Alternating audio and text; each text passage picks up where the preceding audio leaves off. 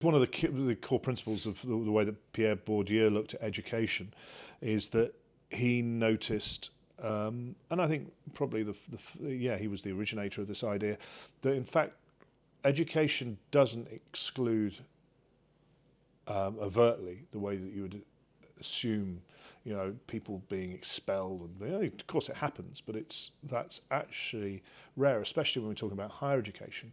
The mechanism that usually prevents somebody being included is self-exclusion, either because of attendance or non-engagement when in the space, or picking to do something else, opting out.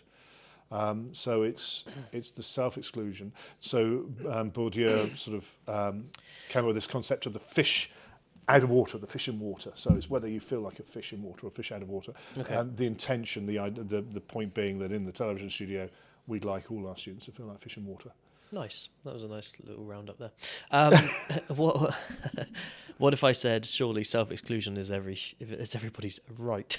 No, absolutely. To self-exclude from something if they don't want to be included. No, absolutely. The intention of the research is to understand student experiences in the television studio looking through the lens of inclusion. So understanding why some students do self-exclude is to inform the pedagogy, is going forwards to look at the dynamics and the positions available within the space and see how we present them, another reason for interviewing the staff. And look at whether there are other forms of pedagogy that can make people feel more included in the space. I've often tussled with this a little bit with my own stuff that I do, like camera workshops, because, as you know, it's a very kind of heavily male-dominated job. It's probably improved professionally. Now, professionally speaking, yeah. It is improving, and a lot of that's because of the work done here. I mean, there's a lot of our graduates. But I always question, it's like, I always sort of questioned, you try your best to kind of even that out, I guess, but then you're thinking to yourself, well, perhaps it's just some sort of inherent, you can't, each individual person, you can't make them do something that they feel they don't want to do for whatever reason if they feel like they don't want to do it. No.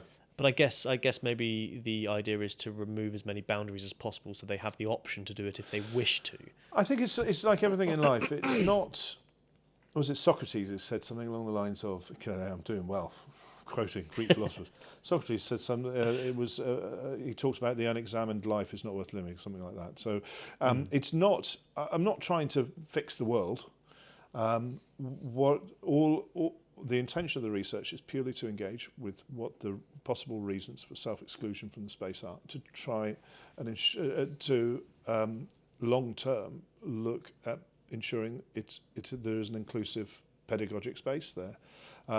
There is frameworks for inclusive pedagogy in general, but specifically, I want to look at the television studio. For instance, at the moment, we allow the students to pick their own roles in the studio space, and maybe that's not the way to do it. Maybe a guided exercise would be better, maybe something specific. But who knows? What I'm saying is we've not engaged critically with what we do there other than the individual lecturers and tutors